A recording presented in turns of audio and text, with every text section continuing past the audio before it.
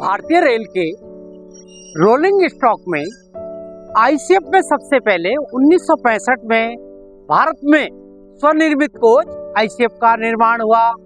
तो coaching stock में चाहे वो आईसीएफ कोच हो, चाहे वो बीएमएल कोच हो, चाहे प्रारंभ में एलएचबी कोच रहे हो और अभी भी, सभी में एक आरामदेह सुरक्षित यात्रा के लिए स्प्रिंग गियर, प्राइमरी सस्पेंशन और ये सेकेंडरी सस्पेंशन, सभी में कोचों में सेकेंडरी सस्पेंशन में स्टील कॉइल का प्रयोग किया जाता है, स्टील कॉइल स्प्रिंग का प्रयोग किया जाता है, अभी भी अधिकांश कोचों में है।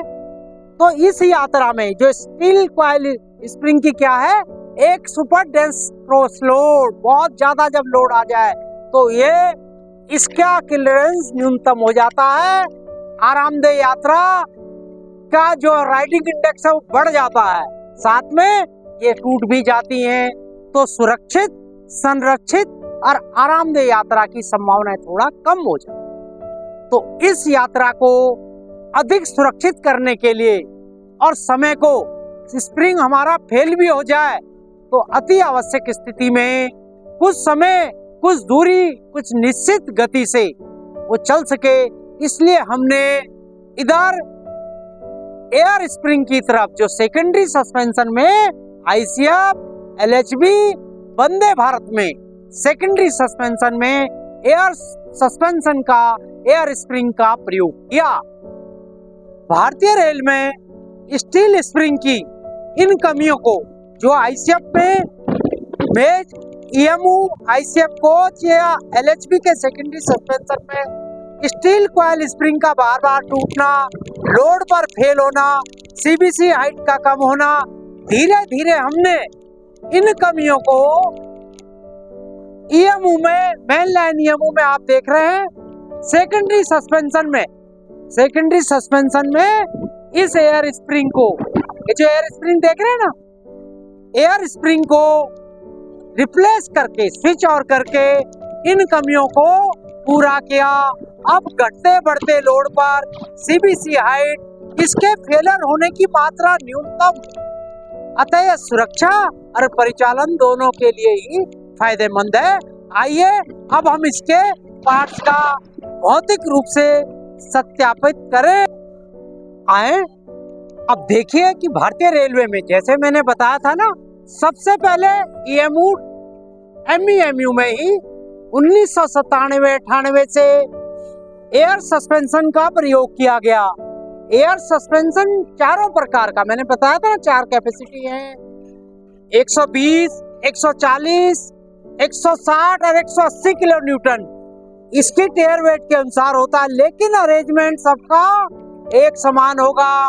तो इसकी असेंबली और सब असेंबली जो थ्योरी में भी हमने देखनी है और देखी, अब प्रैक्टिकल देखें। इसको बोलोस्टर के ऊपर लोअर प्लांक पर आधारित किया जाता है, ठीक है, जहाँ पे सेकेंडरी सस्पेंशन का था। ये इसका बेस प्लेट जो 404 या 400 mm का स्क्वायर प्लेट है। एयर बेलो, एयर स्प्रिंग जिसके अंदर एफपी का प्रेशर 6 kg पर सेंटीमीटर स्क्वायर मैक्सिमम, खाली में ये 2.2 से 3.5 kg। टेयर वेट के अनुसार कोच के, चाहे वो पावर कार हो, और भरी अवस्था में यात्रियों के अनुसार 6 kg तक हो सकता है। ये इसकी टॉप प्लेट है। अब इसके प्रमुख पार्टों को आप बहुत ही गहराई से देखें, यदि आप समझ जाएंगे तभी आप इसके अध्ययन को करेंगे। ये इसका जो नीचे बॉडी इसके ट्रॉली पे ये फिक्स्ड है, इसको इंस्टॉलेशन लीवर बोलते हैं। ये इसका एक सिरा फिक्स है, नट बोल्ट है ना, दूसरा ये इसके चेक नट वगैरह से इसकी हम एडजस्टमेंट करते हैं। क्या हाइट एडजस्टमेंट करते हैं?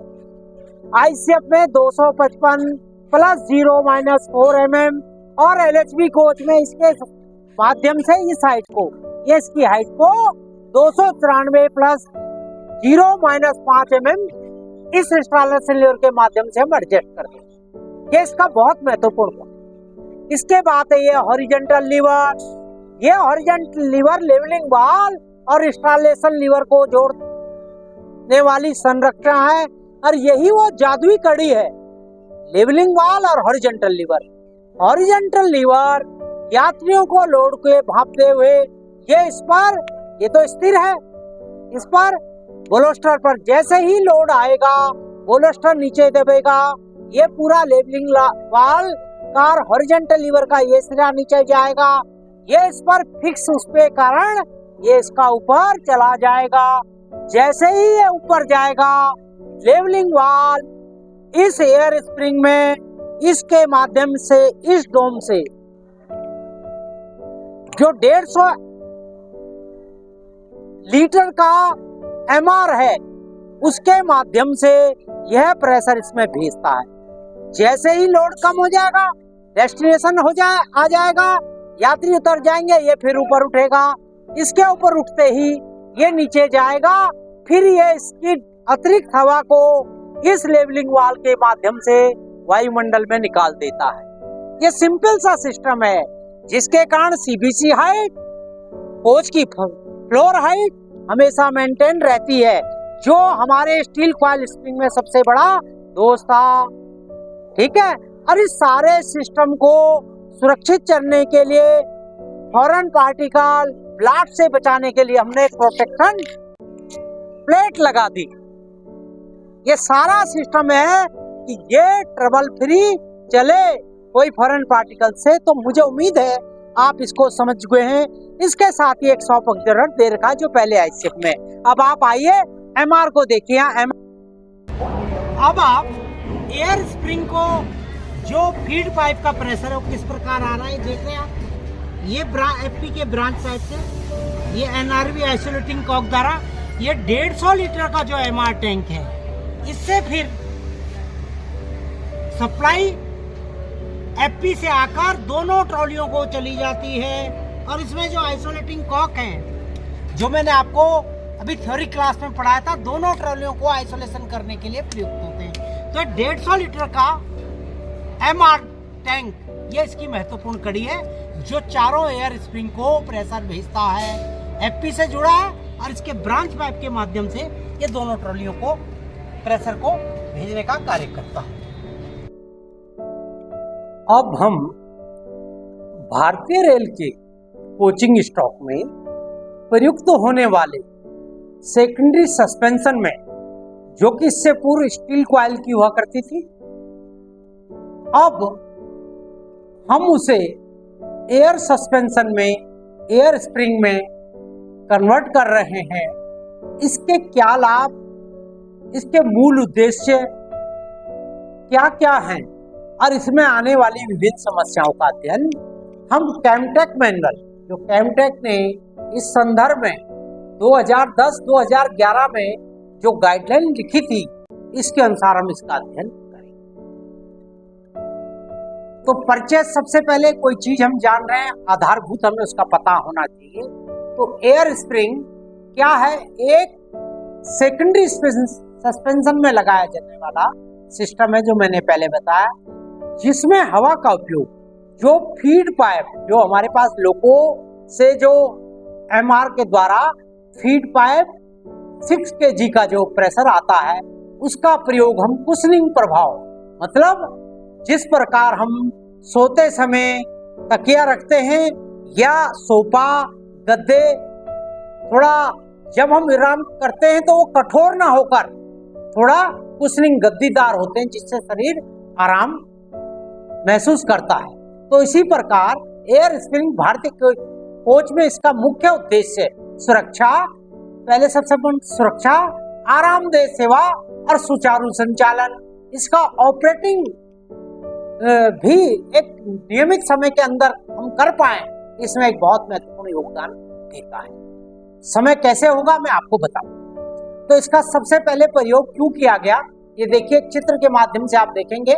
ये देखिए कि जो LHB का, मैं सेम चीज बता रहा हूँ, LHB के सेकेंडरी सस्पेंशन में ये स्टील स्प्रिंग है, 735 mm लगभग नेक्स्ट होता है, एक इनर एक आउटर 700, उसकी जगह अब हमने आपके पास एयर स्प्रिंग लगा, ये मॉडिफाइड। तो इसके उद्देश्य क्या है कि इसमें क्या था, जब एयर स्प्रिंग के जगह जब स्टील स्प्रिंग था, तो जब इस पर लोड पड़ता था तो स्प्रिंग स्टील की क्या विशेषता होती थी, एक लोड के बाद ये स्टील स्प्रिंग और ये एयर स्प्रिंग है।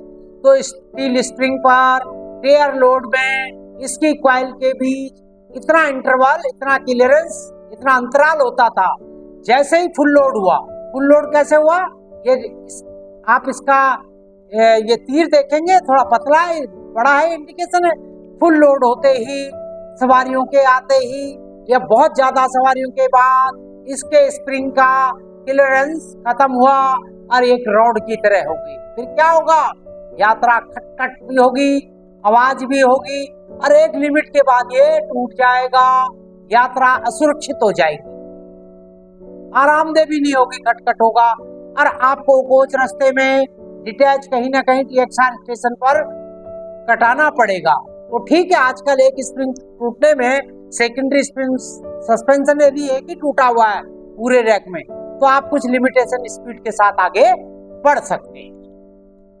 अब एयर स्प्रिंग की तरफ आइए। एयर स्प्रिंग पर ये टेयर लोड, जो तीर है ये थोड़ा पतला है, तो ये टेयर लोड है। इसके बाद ये भी देखिए, थोड़ा एक चीज मैं बताऊं, स्टील स्प्रिंग में ये जो हाइट है खाली कोच की एयर भरने के बाद ये हो जाती है, ये हाइट बदल जाती है, कम हो जाती है। स्टील और एयर स्प्रिंग में टेयर लोड फुल लोड की तरफ आ गया, ये फुल लोड इतना बड़ा हो गया ना, ये आपका तीर भी काफी बड़ा हो गया। लेकिन एयर स्प्रिंग हमेशा इसकी हाइट जो टेयर की, जो उसके बाद लोडेड की, फुल लोड के बाद भी ये हाइट कांस्टेंट रहती है, मतलब इसमें वेरिएशन नहीं होता।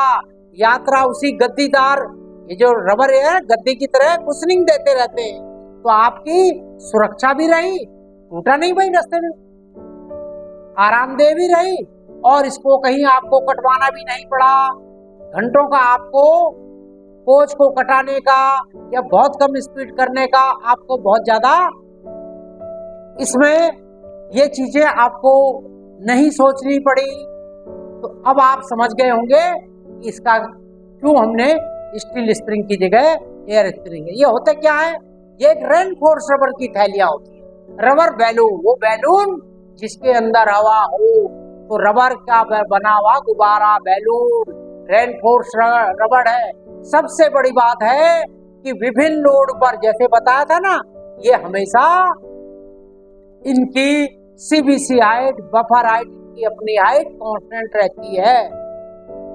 अब आइए, ये मैंने आपको एक एग्जाम्पल दिया। अब इतिहास, भारतीय रेल में सबसे पहले इनका प्रयोग 1997 से में ईएमयू डीएमयू व मालवाहक कारों में, जो लंबे ट्रेलर होते हैं ना, उसमें किया गया।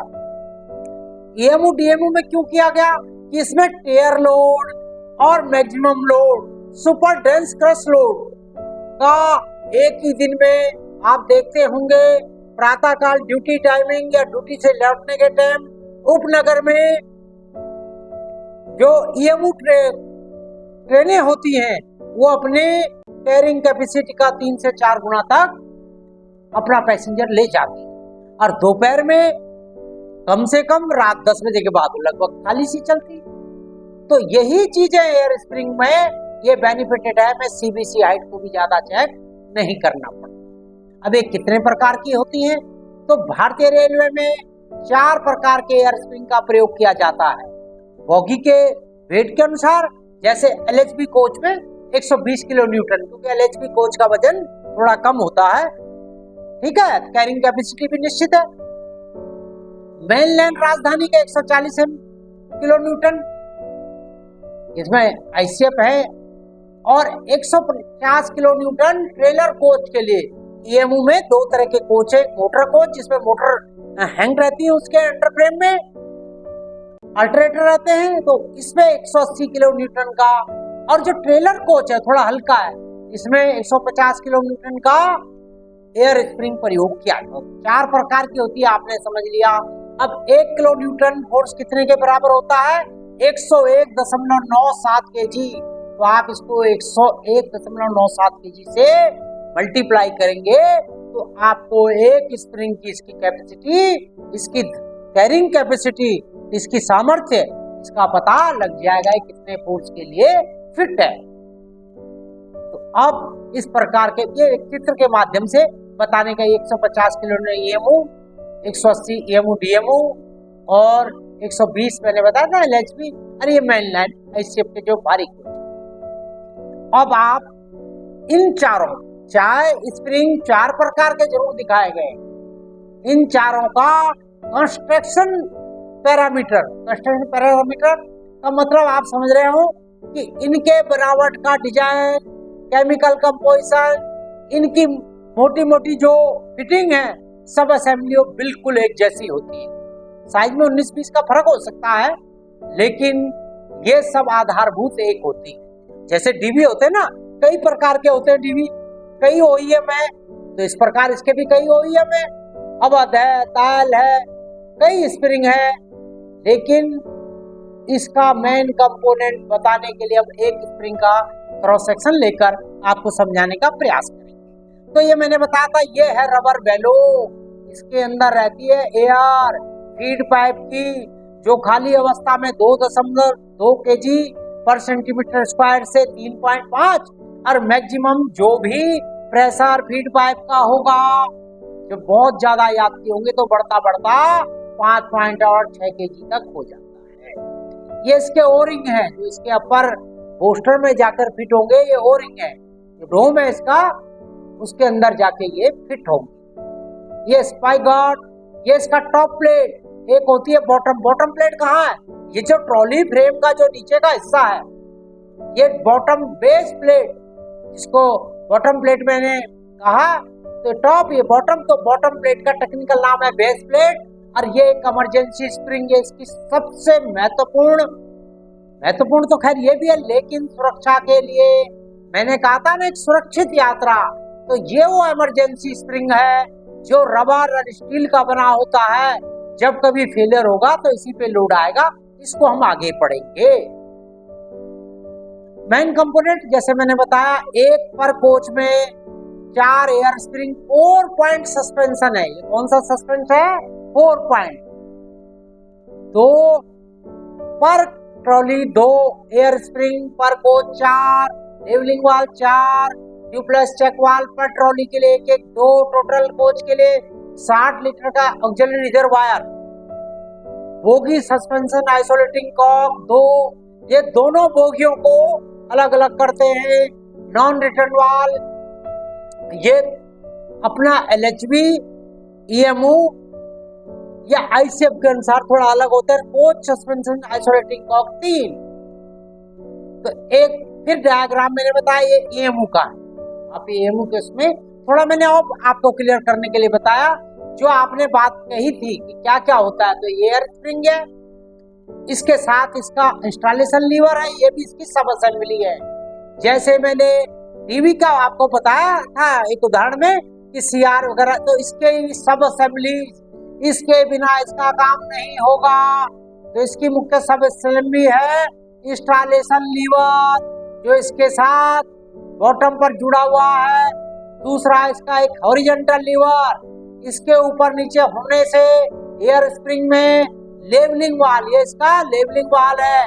इस वाल के, इसके मोशन से, इस वाल के माध्यम से एयर स्प्रिंग में डोम के द्वारा, ऑक्सिलरी रिजर्वायर के द्वारा हवा का जाना, और यात्रियों से जब वेट कम होए तो इसका हवा का निकल जाना इससे सुनिश्चित होता है। तो आप समझ गए, ये इसकी सब असेंबली है, इसके बिना ये काम नहीं कर सकता। और इमरजेंसी स्प्रिंग इसका इनबिल्ट है, इसको साथ ही आता है, ठीक है ना। तो अब आप इसकी सब असेंबली को समझिए, क्योंकि आगे की पढ़ाई में हमें इसको हर चीज को ध्यान में देना, ठीक है। तो एयर स्प्रिंग मैंने बताया था, जैसा चाहे आईसीएफ हो, ईएमओ हो या एलएचबी हो, यही installation lever, horizontal lever, levelling valve, air spring, base plate, top plate, और इसके नीचे यहाँ पे होगा इमरजेंसी स्प्रिंग। एक और विशेष बात, ये जो इंस्टॉलेशन हाइट होती है इसकी स्प्रिंग की, यहाँ से भी आप देख सकते हैं इंस्टॉलेशन हाइट, इसके द्वारा भी हम इसको एडजस्ट कर लेते हैं। तो इंस्टॉलेशन हाइट जो है आईसीएफ कोच में 255 प्लस 0-5 mm आईसीएफ कोच में, ये आपको बहुत ध्यान है। एग्जामिनेशन में किसी भी जगह आपसे पूछा जाए तो आपको क्लियर होना चाहिए। अब ये LHB कोच है, LHB कोच की LHB का साइड फ्रेम, तो इसमें जो फिएट बोगी में जो एयर स्प्रिंग से थोड़ा बड़ा है 294 + 0 - 5 mm ये फिएट बोगी में। तो आपने समझा ICF EMU का एक और LHB का अलग 294 + 0 - 5 mm फिएट। ये आप नोट कर ले, मैंने लिख भी दिया है ताकि आपको।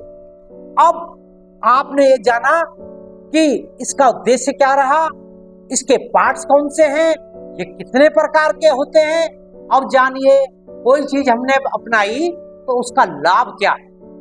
हमने क्यों स्टील स्प्रिंग को हटा के इसको लगाया। स्टील स्प्रिंग में मैंने पहले बताया था, एक तो उसकी लोड के अनुसार उसकी ऊंचाई नीचाई बढ़ती रहती, तो उससे क्या होता था, हमारे अंडर गियर पे भी जोर पड़ा, और जब एक बार वो बिल्कुल ही दब जाए तो खट खट खट खट यात्रियों के लिए बहुत एक राइडिंग इंडेक्स को खराब करती, मतलब उनको परेशानी होती। तो इसका क्या है, ये चीज इसमें नहीं है, ये चीज नहीं है, तो मतलब उत्तम आरामदेह सेवा। भाई जब वो कुशनिंग की तरह काम करेगा, जब आपका सिर तकिए के ऊपर होता है, यदि आप कठोर बिस्तर पर भी रहे, कठोर आपका बेड हो या कहीं जमीन पे सो रहे, तो आपको तकिया मिल जाता ना, नहीं तो हम अपना हथेली का ही प्रयोग कर लेते हैं, तो थोड़ा सिर को आराम। तो सेम वही चीज है, कुशनिंग मिलती है तो यात्री को आराम मिलता है। फेल सेफ है, फेल सेफ पूछिए, आपने बताया फेल सेफ कैसे है। भाई इमरजेंसी स्प्रिंग फेल होगी तो इमरजेंसी स्प्रिंग पे आ जाएगी, और मैं आगे बताऊंगा फिर 1000 किलोमीटर तक हम कैसे यात्रा करें। रख रखाव में कमी है, भाई टूटती बहुत कम है इसकी। फेलियर जो फेलियर का जब स्टैटिकल हमने डाटा लिया है, रेलवे बोर्ड इत्यादि ने बताया, जनरल रेलवे से तो बहुत कम है। एयर स्टील स्प्रिंग चेंज और सीजन, लोड ज्यादा बढ़ने से बहुत ज्यादा फेलियर होती है, जंगार भी लगता है, जंग लगता है, उससे लास्ट जो पहली बॉटम कॉइल और पहली कॉइल के किनारे से टूट जाती है। CBC हाइट इसमें लगभग बराबर रहती है। मैंने बताया था ना कि 35 mm जैसे ही स्प्रिंग फेल भी हो जाए, आवाज जीरो भी हो जाए, तो केवल 31 mm नीचे जाती है, क्योंकि CBC में 75 mm का डिफरेंस अलाउ है, तो इसलिए एक दूसरे के ऊपर वो लोड नहीं डालते। आरामदेह राइडिंग इंडेक्स बहुत कम है, 2.72। राइडिंग इंडेक्स 4.5 तक अच्छा माना जाता है केवल कोचिज के लिए, और ये 2.72 है, इसका कोई यूनिट नहीं होती, तो जितना कम होगा उतना अच्छा राइडिंग इंडेक्स होगा। ठीक है, तो ये राइडिंग इंडेक्स भी बढ़ाता है क्योंकि स्टील कॉइल नहीं टकराती कहीं।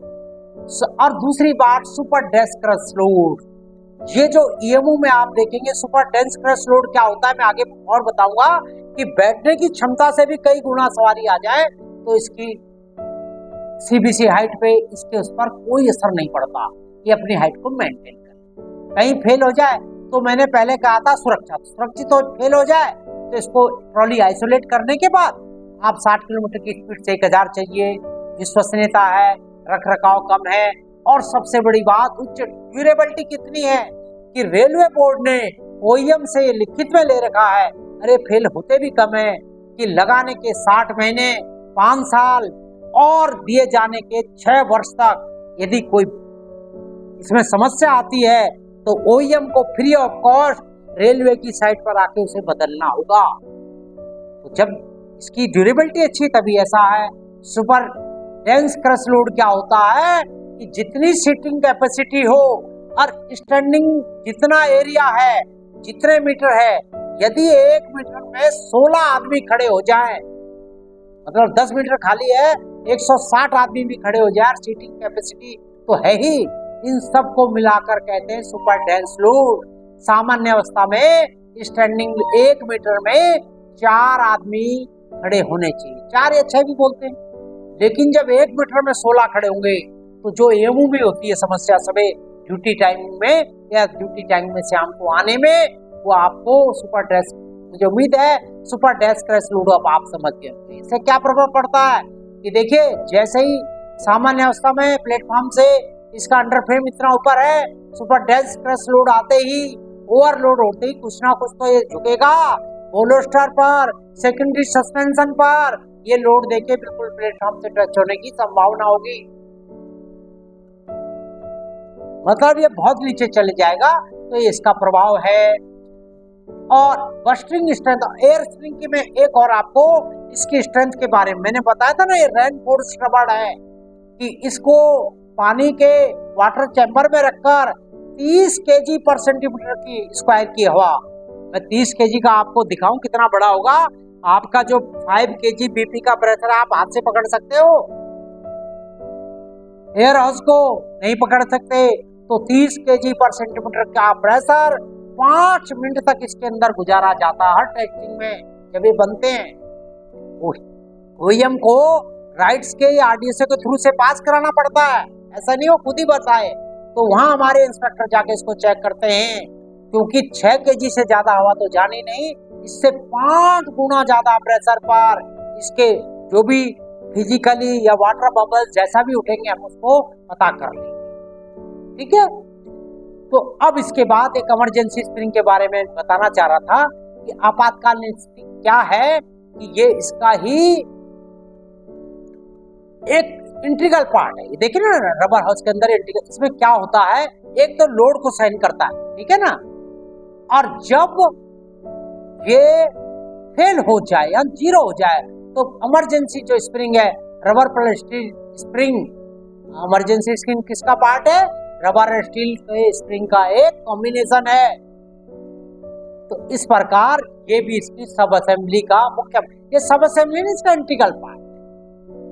तो अब आइए, जो मैंने वो 4 चीज आपको दिखाई थी, एक मैंने लाइन डायग्राम बताने का प्रयास किया है, ये बोगी फ्रेम है, ये इसका बोलोस्टर है जिसके लोअर प्लांक पे इसका बेस प्लेट के ऊपर एयर स्प्रिंग, और इसके और अवयव है अरे इंस्टॉलेशन लीवर, लेवलिंग वाल, ये सब इसके साथ लगे, जिसको कि अब हम एक एक करके अलग अलग आपको समझाने का प्रयास करेंगे।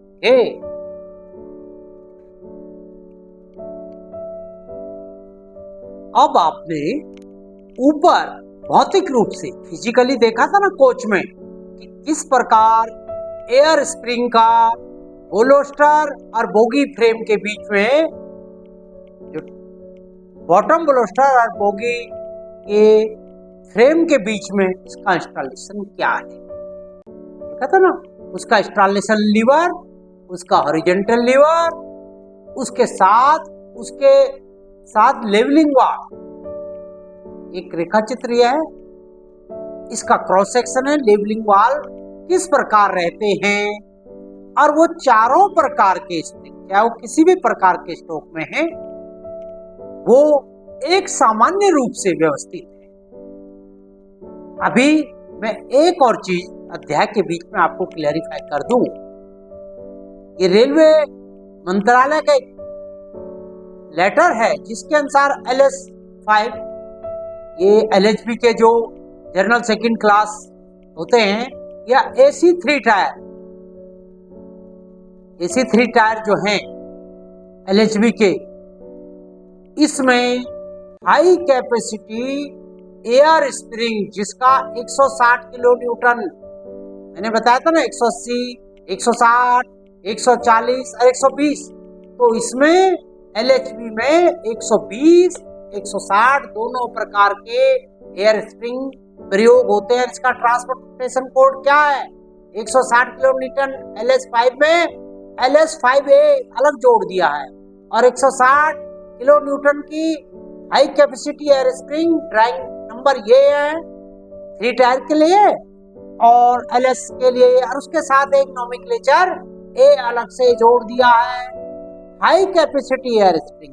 तो ये क्लियर हो गया कि फिएट बोगियों में उनके टेयर वेट और उनकी संरचना के अनुसार AC3 टायर काफी हैवी होता है, और उसमें बैठते कितने हैं, 72, 78, 80, ये तो चलो सीटिंग कैपेसिटी है, और कभी क्रश लोड क्या होगा फिर बहुत ज्यादा, तो इस प्रकार इसमें हाई कैपेसिटी स्प्रिंग का भी प्रोविजन है। अब इस लाइन डायग्राम से आपको एक बार फिर मैं और उस रेखा चित्र को जो भौतिक रूप से देखा था क्लियर कर दूं, ये वो मेन रिजर्वायर था 150 लीटर का, फीड पाइप से आ रहा था जो आपने देखा, और यहाँ से 2 आइसोलेटिंग कॉक से इसी मेन रिजर्वायर 150 लीटर से लेवलिंग वाल के थ्रू ये एयर स्प्रिंग जो फीड पाइप का प्रेशर, इन दो और उन दो चारों एक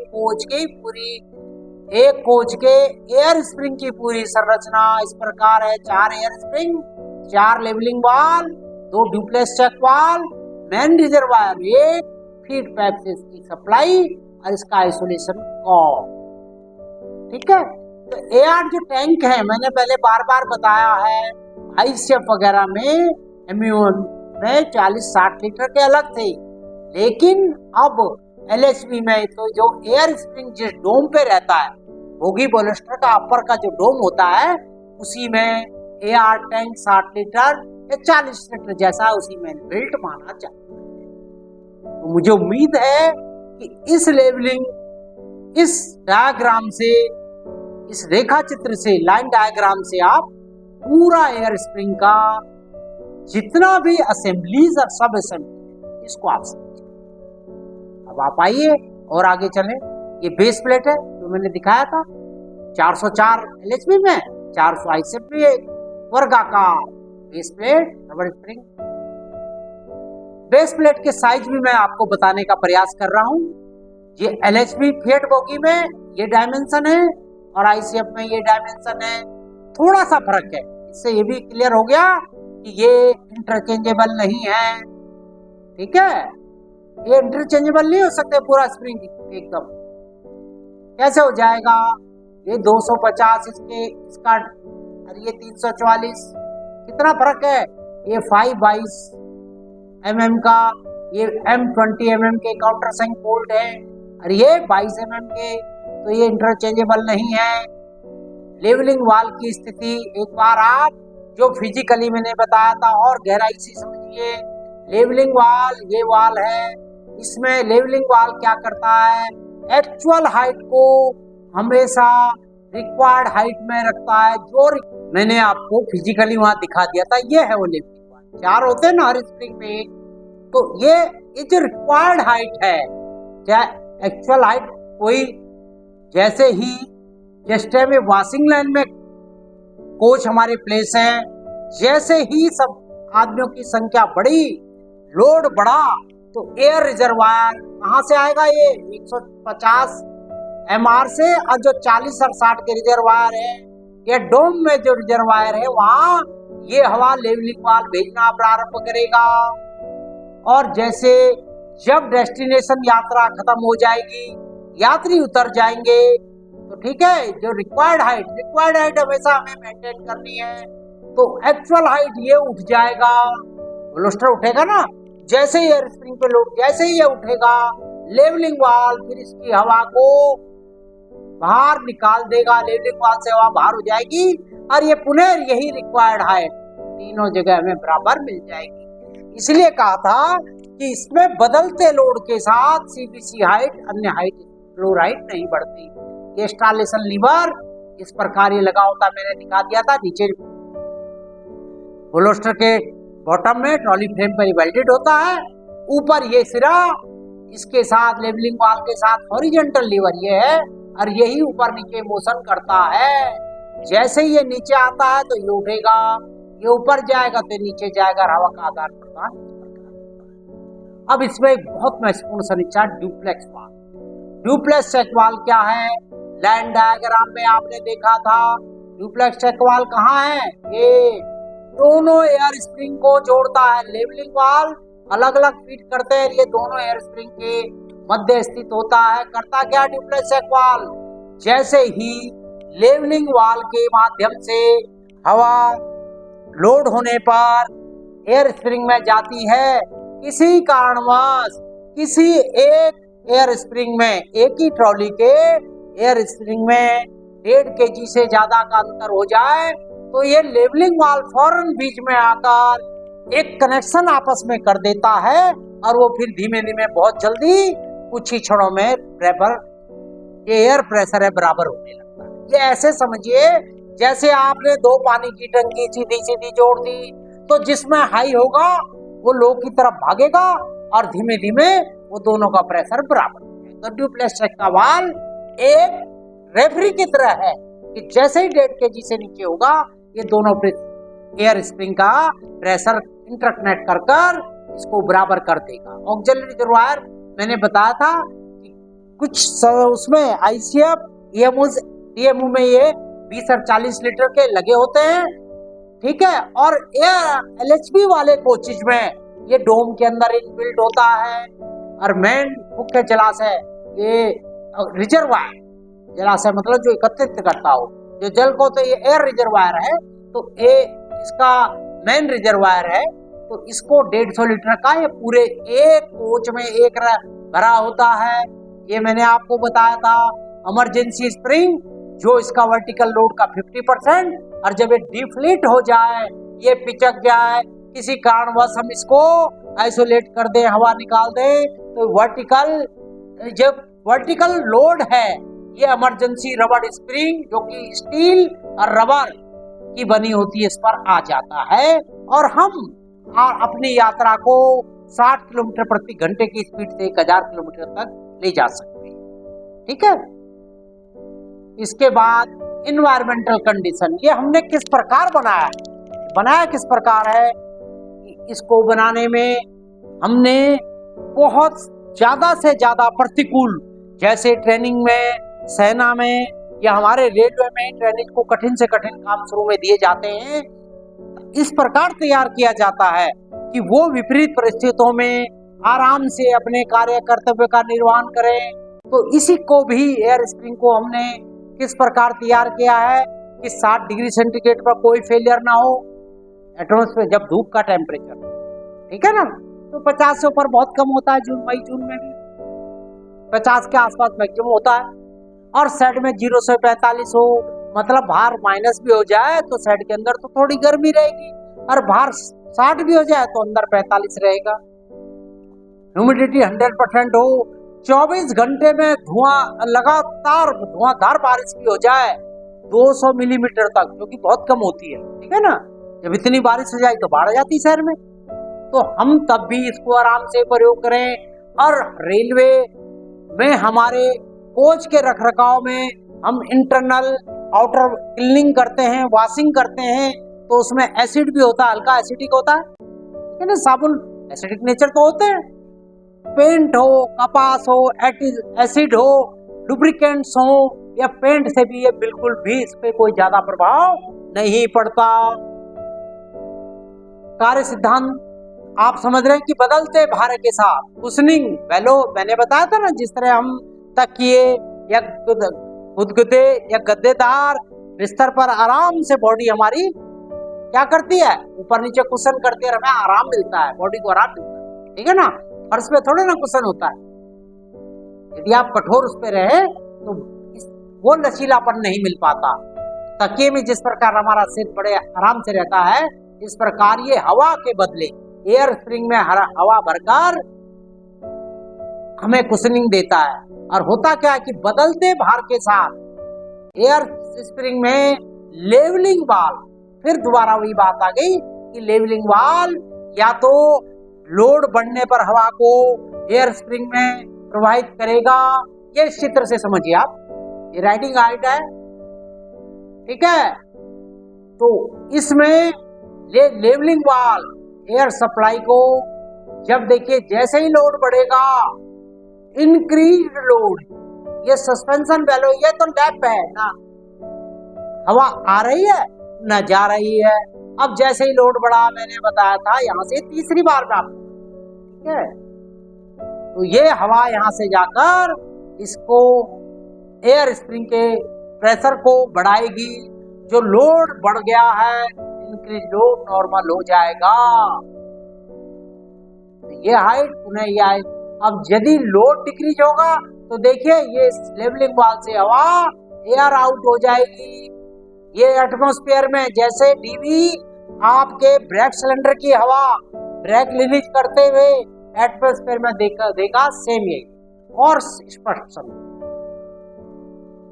इस डायग्राम को मैंने कई रेखा चित्र इसलिए बनाए हैं कि आप किसी ना किसी माध्यम से इसको समझ लें।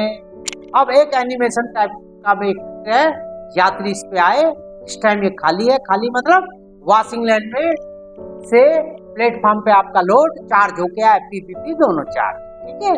तो ये इस टाइम हॉरिजॉन्टल लीवर हॉरिजॉन्टल है, ये इंस्टॉलेशन लीवर है, ये एयर फ्लो है, ये लेवलिंग वाल है, और ये इसका लेवलिंग वाल से ये डोम से होती हुई एयर इसमें जा रहा है दोनों में, ठीक है ना। तो खाली अवस्था में भी जब ये चार्ज हो, चार्ज मतलब पीपीपी इसमें भरा हो, तो खाली अवस्था में भी ध्यान दें एयर स्प्रिंग में प्रेशर इनके टेयर वेट के अनुसार 2.2 से 3.5 kg पर सेंटीमीटर स्क्वायर तक रहता है। भाई पावर कार में थोड़ा ज्यादा होगा, 2 टायर में कम होगा, 3 टायर में थोड़ा ज्यादा होगा, ठीक है ना। तो ये चीज आपको ये परीक्षाओं में अक्सर पूछे जाने वाली चीजें हैं। उसके बाद टेयर अवस्था में वो मैंने आपको एक लेफ्ट पोजीशन दिखा दी हॉरिजॉन्टल। उसके बाद क्या होगा, पैसेंजर आ गए, इसमें बैठ गए, तो लेवलिंग ये देखिए इसमें बैठ गए ना पैसेंजर, तो ये नीचे को झुकेगा, ये नीचे को झुकेगा, तो इसके साथ बंधा हुआ है, ये तो यही रहने की कोशिश करेगा, तो ये ऊपर उठ जाएगा।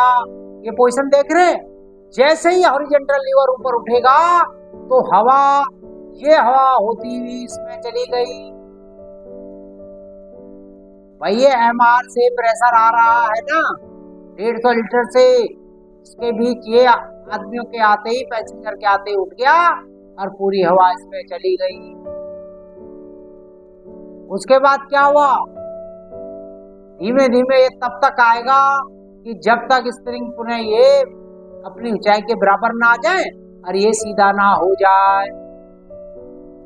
उसके बाद जब यात्री उतर गए, देखिए उतर के चले गए ना, फिर क्या होगा, ये हवा आनी देखिए लेवलिंग वाल ने बंद कर दी है। हवा आना देखिए लाल रंग से दिखा रहा था ना ये, अब ये लाल रंग कहाँ चला गया, क्योंकि अब तो यात्री उतर गए, ये ऊपर उठ गया, ये हॉरिजॉन्टल लीवर का ये हिस्सा नीचे आ गया, ये ऊपर चला गया, ये अपनी जगह स्थिर था।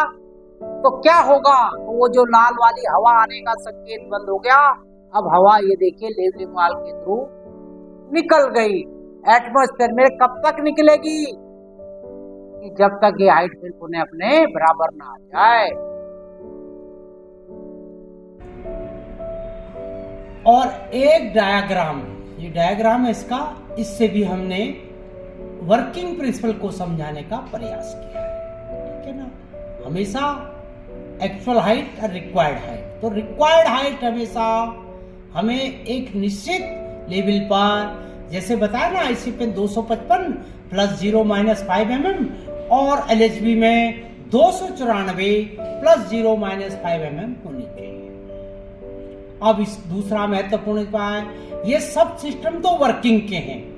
अब माना चलते समय एयर स्प्रिंग का किसी प्रकार का, भले बड़ा रबिस्ट सिस्टम है, बड़ा बर्फ, इसके अच्छे बड़े हार्ड परिस्थिति में बड़े विपरीत और बड़े हाई लेवल, मतलब 30 kg पर सेंटीमीटर स्क्वायर पर इसका बस्टिंग टेस्ट और 9 kg पर सेंटीमीटर स्क्वायर पर 5 मिनट से आधा घंटा और इससे भी ज्यादा हम इसको टेस्ट तो कर लेते हैं, लेकिन कोई चीज कभी फेल ना हो ये संभव ही नहीं है।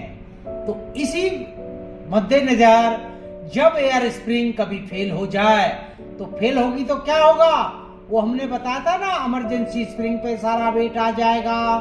तो आप उस ट्रॉली को आइसोलेट कीजिए, जो MR से एक आइसोलेटिंग कॉक दोनों ट्रॉलियों को दिया था, और 60 किलोमीटर प्रति घंटे की गति से 1000 किलोमीटर तक चला दीजिए।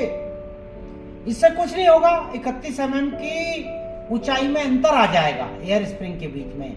जो बगल का स्प्रिंग है और जो डिफ्लेटेड है, जो फेल हो चुका, पिचक चुका, ये जिसमें एयर नहीं है और जिसमें एयर है, उसके बीच का अंतर 31 mm हो जाता है। यदि कोई भी एयर स्प्रिंग विफल हो जाता है, तो एक निर्देश है कि ड्राइवर उस विशेष कोच के दोनों की इस साइड की और दोनों की MR से आइसोलेशन कर दे, ठीक है। तो उस कोच की, संपूर्ण कोच का, जिसकी एयर स्प्रिंग डिप्लीट हो गई और जिसकी स्प्रिंग सही काम कर रही है, तो उसमें 31 mm का अंतर अधिकतम आता है। और क्योंकि 75 mm का CBC में कितना का होता है, 1105 से 1030, 75 mm का अंतर स्वीकार है। तो इसलिए इस अंतर में चलाने से कोई सुरक्षा के लिए खतरा नहीं है। आप सुरक्षापूर्ण, सरल, सुरक्षित और संरक्षित तरह से अपनी यात्रा को जारी रख सकते हैं, ठीक है। और ये जो सब चीजें हैं, सुरक्षा आपने सुनिश्चित कर ली, उसके बाद यात्रियों को भी उसका आंखों से कोई बहुत ज्यादा अंतर पता नहीं चल पाएगा, ठीक है ना। भाई सुरक्षित होनी चाहिए और किसी के दिमाग में बिना मतलब बहम ना है, कोच टेढ़ा ना हो। तो मैंने बताया CBC हाइट 75 mm का अंतर कोई नहीं पढ़ पाता, तो ये हमें सुरक्षा को सुनिश्चित करना है। और अब RDSO ने लगातार 1997 से EMU में और उसके बाद 2007, 2004 जब ये हाइब्रिड कोच बने, उसके बाद LHB में धीमे धीमे इसका इंस्टॉलेशन स्विच ओवर करने लगे। हम सब तो नहीं, काफी हो चुके हैं। तो इसमें फेलियर दर ना के बराबर है। इसमें एक फेलियर क्या होता है वो मैं मेंटेनेंस में बताऊंगा। मेन फेलियर वर्कमैनशिप, इसके ओरिंग का घिसना होता है। पुअर वर्कमैनशिप से हो जाता है, ओरिंग सही ना बैठे, ओरिंग घिस जाए, लेकिन जल्दी से कटते फटते नहीं है। और फिर कुछ हो जाए तो इसमें सुरक्षा के लिए विशेष घातक नहीं है। तो इस प्रकार, और कितना ये रिलायबिलिटी कितनी है, गारंटी देख रहे हैं आप कि कमीशनिंग डेट से 60 महीने, 12 पंजे 60, 5 वर्ष तक, और सप्लाई करने से 72 महीने, 6 वर्ष तक, 12 6 72। यदि कोई फेलियर होता है इसका, तो OEM बिना किसी शुल्क के संपूर्ण मटेरियल को, वर्कमैनशिप को रेलवे साइट पर लाकर इसको फ्री ऑफ कॉस्ट बदलेगा। तो इससे इसकी विषमता स्वयं ही इसका परिणाम है। और RDSO ने भी चेक किया है कि विशेष फेलियर होते नहीं। एक किसी OEM के फेलियर हुए थे लगातार, जैसे कई बार हमारे पास DN12 की स्प्रिंग LHB में एक बार बहुत ज्यादा फेली हुई थी, तो उसको हमने हटा दिया। तो ये देखना है कि किसी विशेष को, जैसे RDSO ने उस विशेष OEM को बंद कर दिया था, नाम आप स्वयं पता करें, यहां लेना उचित नहीं, ठीक। और गारंटी आपने देख ली। अब इसका ओपन लाइन पे वर्किंग आप समझ गए, कार्य सिद्धांत आप समझ गए, इसकी रिलायबिलिटी आप समझ गए, इसकी सब चीजें आप समझ चुके हैं। तो अब आपको मेंटेनेंस में, क्योंकि CNW का एक महत्वपूर्ण पार्ट, हमारा मैकेनिकल CNW का एक महत्वपूर्ण पार्ट है इसका मेंटेनेंस। तो इसका इंस्पेक्शन और मेंटेनेंस किस प्रकार होगा, आपको ट्रिप शेड्यूल में, राउंड शेड्यूल में क्या क्या करना है, ये आपको जानकारी होनी है। तो लेवलिंग वाल्व इंस्टॉलेशन लीवर के लिए सेफ्टी प्लेट का लगा होना आवश्यक है। इंस्टॉलेशन मैंने दिखाया था ना, इंस्टॉलेशन लीवर और लेवलिंग वाल्व पर एक सेफ्टी प्लेट लगा रखी थी ताकि कोई फॉरेन पार्टिकल उससे टकरा के उसे तोड़ ना दे, क्योंकि इंस्टॉलेशन लीवर के डिस्टर्ब होते ही सारा आपका वर्किंग डिस्टर्ब होगा। स्प्रिंग और ज्वाइंट के बीच में मैंने बोला था, ये स्प्रिंग और जो बोलोस्टर ज्वाइंट है इसमें 2 रिंग होते हैं, ये लीक हो गए, घिस गए, या आप सही नहीं बटन लगा पाए। कई बार होता है PU से सही ना लगाए तो बहुत तेजी से यहां से एयर लीकेज होगी, तो इसको आपको खोल के दोबारा बटाना पड़ेगा या वो रिंग चेंज करने पड़ेगा, ठीक है। लीकेज है तो मेन चीज यहीं से होती है, भले रबर हॉज वगैरह की तो बाहर आपको दिख जाएगा। तीसरा, एयर सस्पेंशन सिस्टम में आपको और भी क्या जांच करनी है, ऊंचाई नियंत्रक लोड लेवलिंग सस्पेंशन डिवाइस। तो ये जो टोटल स्प्रिंग का एक नाम है, तो एयर स्प्रिंग की बैलों को आप आंखों से तो देख सकते हैं, कि कहीं ये बहुत कटापटा तो नहीं है और 2 mm से ज्यादा कोई क्रैक है तो इसको फौरन सर्विस से हटा दे। गहराई कुछ आपको ऐसा क्रैक लग रहा है कटा हुआ जो 2 mm से ज्यादा हो तो इसको फौरन सेवा से हटाएं। एयर सस्पेंशन का जो 150 लीटर का जो MR या एयर रिजर्वायर है, इसके आपको सेफ्टी स्ट्रिप के ये नट बोल्ट सब चेक करने पड़ेंगे, क्लैंप चेक करने पड़ेंगे। आपने सुना भी होगा कई बार जो साधारण एयर ब्रेक के एयर टैंक भी गिर चुके हैं, करोडेड हो, वो गिर जाते हैं, तो इसको आपको अब भली भांति देखना है हर ट्रिप में। उसके बाद कोच और बोगी के आइसोलेशन, जो आइसोलेशन मैंने दिखाए थे आपको कि ये प्रॉपर एक तो पैरेलल मतलब खुली अवस्था में होने चाहिए और इस पे ये ब्रैकेट लगे होने चाहिए। और इसके ड्रेन जब भी आप मेंटेनेंस करें तो 40 लीटर के जो रिजर्वायर है इनको ड्रेन करें और इनके क्लैंप को इसको भी सही तरह से सुनिश्चित होना चेक करें। 5वां महत्वपूर्ण इंस्टॉलेशन लीवर, ये देखा था ना आपने, इंस्टॉलेशन लीवर नट को और प्रोटेक्शन स्टीम के नटों को चेक करें जो बाहर एक प्लेट लगी हुई थी।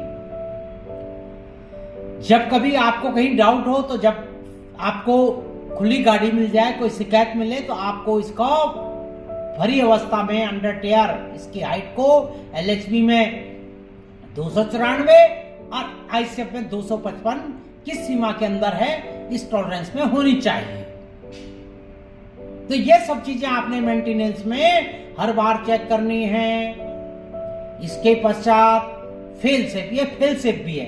फेल सेफ क्या होता है कि कोई चीज फेल भी हो जाए तो सुरक्षित रहे। तो मैंने बताया था इसमें 2 चीज है कि फेल, जैसे ही ये फेल होगी तो इमरजेंसी स्प्रिंग में इसका लोड आएगा और ये सुरक्षित ढंग से पूरे वर्टिकल लोड को ले लेगी और CBC हाइट को, फ्लोर हाइट को भी डिस्टर्ब नहीं होने देगी। ठीक है, एक सीमा है कि 1000 किलोमीटर तक ही चला सकते हैं। दूसरा, इसमें यदि आप लोको पायलट पूरी स्पीड से जा रहा है और अचानक ये स्प्रिंग फट जाए, बस्ट हो जाए, कोई फॉरेन पार्टिकल रेल ट्रैक पे पड़ी कोई रेल इससे टकरा के इसको बस्टिंग कर दे और सारा प्रेशर लीक हो, तो अब इसको सुरक्षित करने के लिए अभी EMO MEO में नहीं है, लेकिन LHB कोचों में सभी में एयर्स और वंदे भारत इत्यादि में एक फीबा डिवाइस लगाई है कि 130 की स्पीड पे जब तक लोको पायलट कुछ समझे, तो इसको हमने BP से भी इसका कनेक्शन अब दिया है और ये फीबा फेलियर इंडिकेशन कम ब्रेक एप्लीकेशन, फौरन इस पे ब्रेक अप्लाई करेगा और इसको रोक देगा। ये दूसरा फेल सेफ है, गाड़ी चलेगी नहीं जब तक आप इसको रिसेट नहीं करेंगे। रिसेट कैसे करेंगे? इसको रिसेट करके दोनों ट्रॉली को, कोच को आइसोलेट ना करते।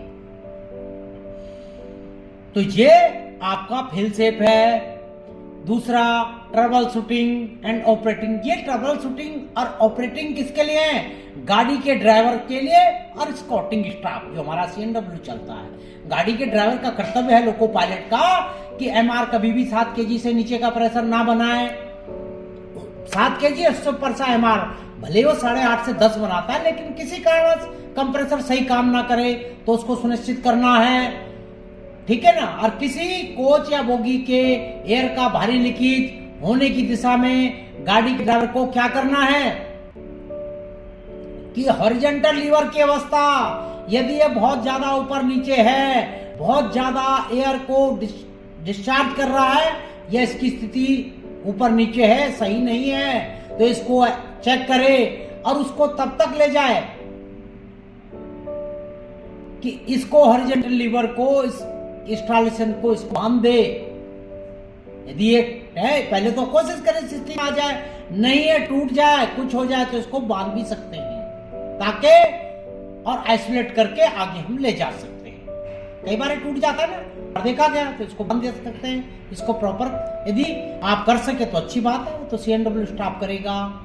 तीसरा, यदि लीकेज आइसोलेटिंग कॉक और बोगी आइसोलेशन के बीच में है, माना ये आपकी समझ में है, यहां तक नहीं आ रहा और आपको अंदर महसूस हो रहा है, तो लीकेज बोगी आइसोलेशन कॉक को, उस कॉक को आपको जो मैंने दिखाया था ना एमआर से आ रहा था, उसको बंद करना पड़ेगा। और फिर इस दिशा में निर्देश है कि आप दूसरी बोगी को, भले दूसरी बोगी को करते ही आपके जो क्या होंगे, वो 2 स्प्रिंग का भी प्रेशर न्यूनतम हो जाएगा, डिफल्ट हो जाएगा, जाएगा ही नहीं। तो नियम यही है कि आप पूरे कोच को आइसोलेट कर दें, उससे 31 mm का अंतर आएगा, क्योंकि आपके लिए कोच की रिस्ट्रिक्टेड स्पीड ये रहेगी। ठीक है, इसको आप देखें, हमेशा ऐसा होना चाहिए। और डिफ्लेटेड, ये जैसी दबा ये खराब हो गया, ये डिफ्लेटेड पोजीशन है, ये रॉन्ग है, तो इसको हमेशा ऐसा हो। यदि नहीं है तो आप समझ जाएंगे कहीं से प्रेशर लीक हो चुका है। ये फोटो से मैंने बताने का प्रयास किया था ना, आपको पहले बताया था।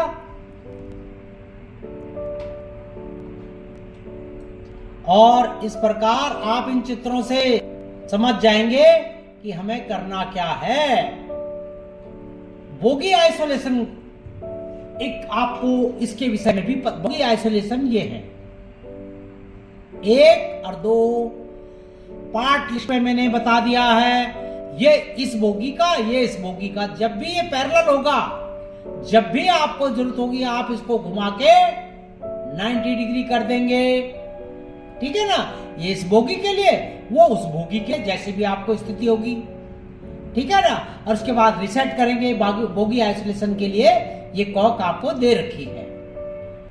तो इस प्रकार आपने इस संपूर्ण उस अध्याय में इन चीजों को देखकर समझ लिया होगा कि एयर स्प्रिंग का स्टील स्प्रिंग के ऊपर कितना ज्यादा लाभदायक महत्व है, इसके प्रकार क्या हैं, इसको हमें किस प्रकार पोजीशन से, इसकी सब असेंबली के वर्किंग से, इसको खाली भरी या